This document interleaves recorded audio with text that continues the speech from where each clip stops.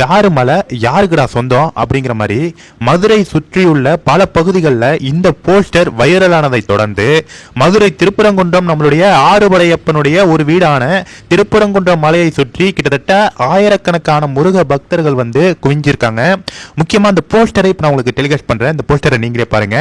மதுரை திருப்பரங்குன்றம் சிக்கந்தர் மலையாம். அதாவது திருப்பரங்குன்றம் யாருடைய மலைன்னு நம்ம தமிழ்நாடு மட்டும் இல்லாமல் ஒட்டுமொத்தமாக உலகத்தில் வாழும் அனைத்து தமிழர்களுக்கும் தெரியும்.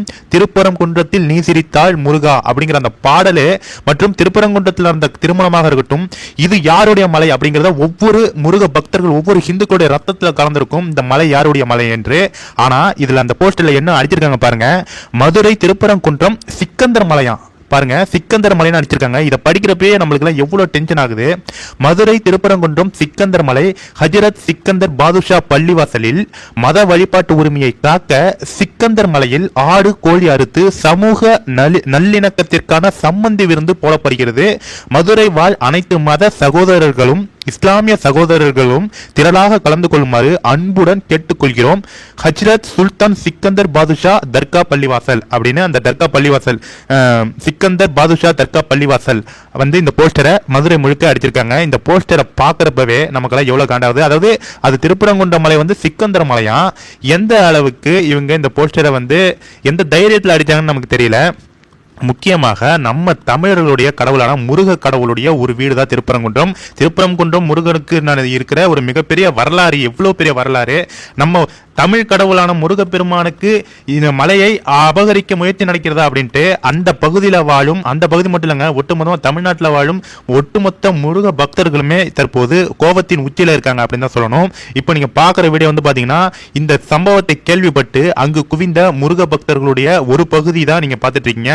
கிட்டத்தட்ட பார்த்தீங்கன்னா ஆயிரக்கணக்கான முருக பக்தர்கள் அந்த திருப்பரங்குன்றம் நம்ம முருகருடைய அந்த மலை கோவிலை சுற்றி வந்துட்டாங்க. கண்டிப்பாக ஒவ்வொரு முருக பக்தர்களும் இந்த வீடியோவை ஷேர் பண்ணுங்க. ஏன்னா நம்மளுடைய உரிமையை நம்ம வீதியில இறங்கினா மட்டும்தான் நம்மளால மீட்க முடியும். இந்த அரசாங்கத்தை நம்பி பிரயோஜனம் கிடையாது.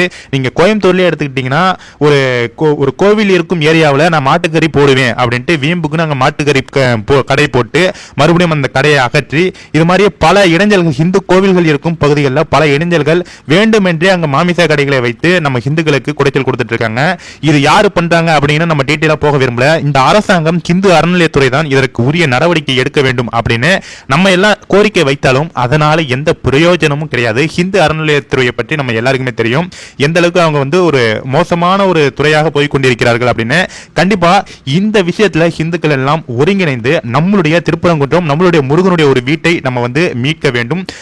அதுல அந்த போஸ்டர்ல வந்து பாத்தீங்கன்னா பறிபோகுது இன்று படை வீடு நாளை உன் வீடு அப்படின்னு சொல்லி இந்த போஸ்டர் வந்து ஹிந்து முன்னணியில் இந்த போஸ்டர் அடிச்சிருக்காங்க. கண்டிப்பா நம்ம முருக பக்தர்கள் ஒவ்வொருவரும் வீதியில் இறங்கி நம்ம திருப்பரங்குன்றம் முருகருடைய வீடிற்காக நம்ம போராட வேண்டும்.